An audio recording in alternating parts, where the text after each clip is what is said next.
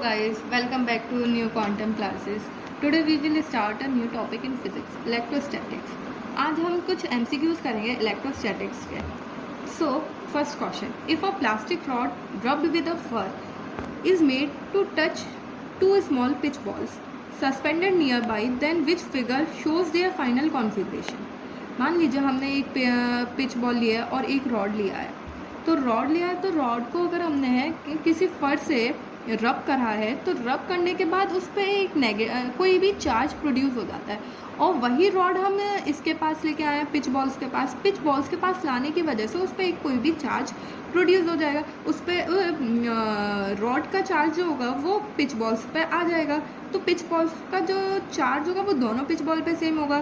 तो दोनों बॉल पे सेम होने की वजह से उस पर एक जो पिच बॉल्स होंगी वो रिपेल करेंगी. तो ये तो नॉर्मली खड़े हुए हैं, ये रिपेल कर रहा है एंड ये अट्रैक्ट कर रहा है and this one 90 degree. So the correct option is this. A comb runs through one's dry hair, attract small bits of paper. This happen because जैसे कि हम सभी जानते हैं कि हम लोगों ने 9th में पढ़ा हुआ था कि अगर हम कॉम्ब को अपने बाल में यूज़ करते हैं और उसके बाद अगर हम पेपर के स्मॉल पीसेस छोटे पीसेस के पास लेके जाते हैं तो वो पेपर जो होते हैं वो कॉम्ब की तरफ अट्रैक्ट हो जाते हैं.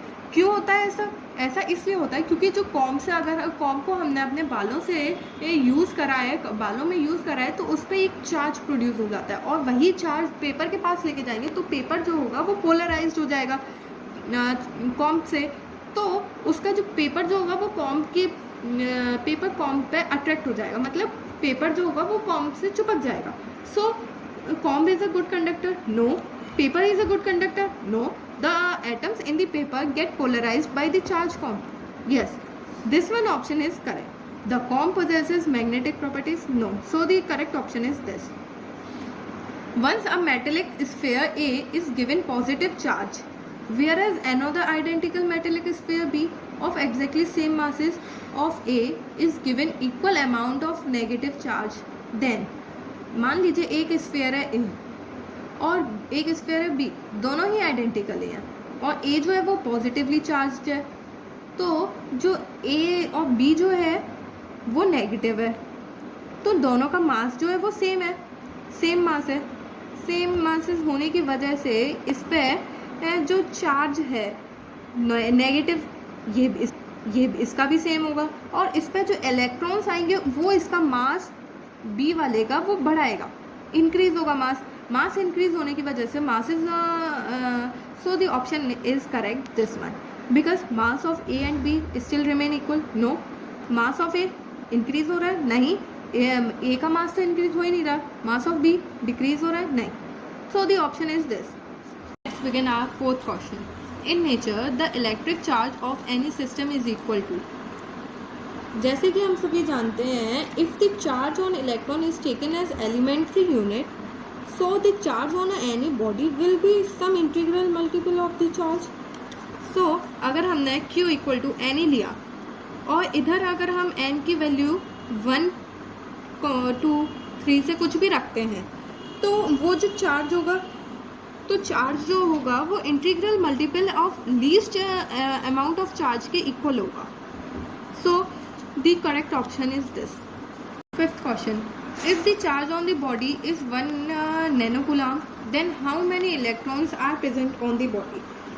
जैसे कि Q इक्वल टू हमें 1 नैनोकूलम दिया गया है और 1 नैनोकूलम is equal to 1 into 10⁻⁹.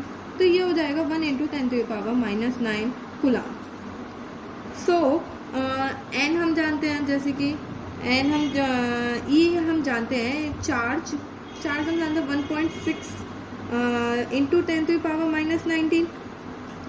Then we have to find N.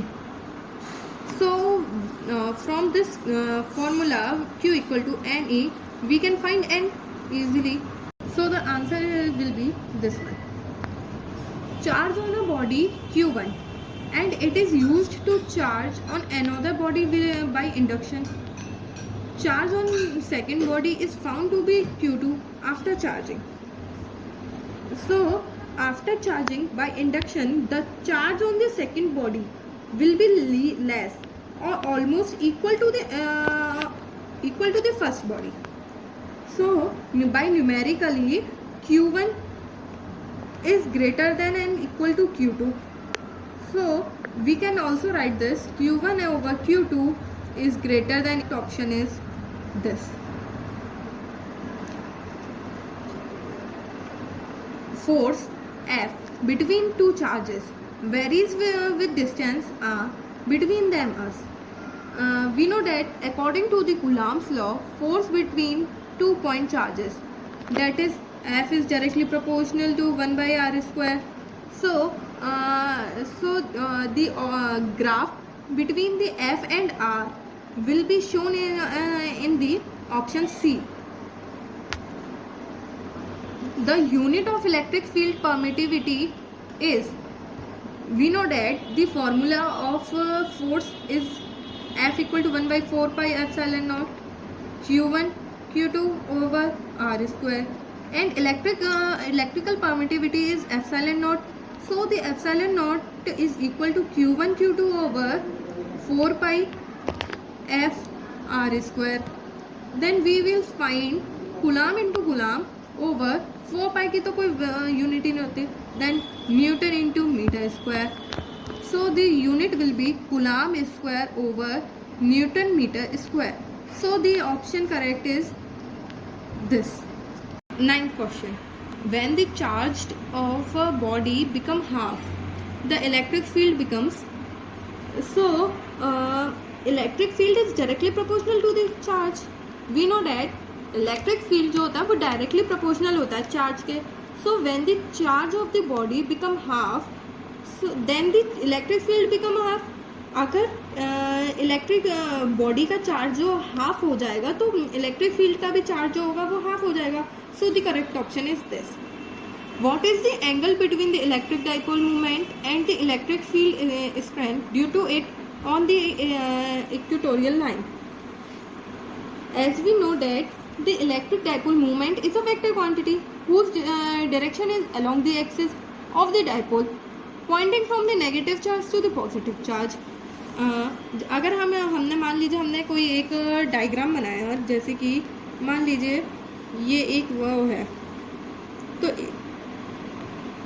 Electric field किस साइड को होगा, इलेक्ट्रिक फील्ड इस साइड को होगा.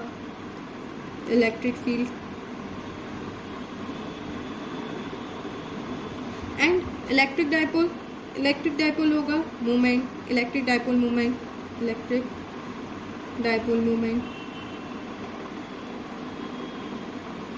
So the angle between electric field and electric dipole moment is 180 degree.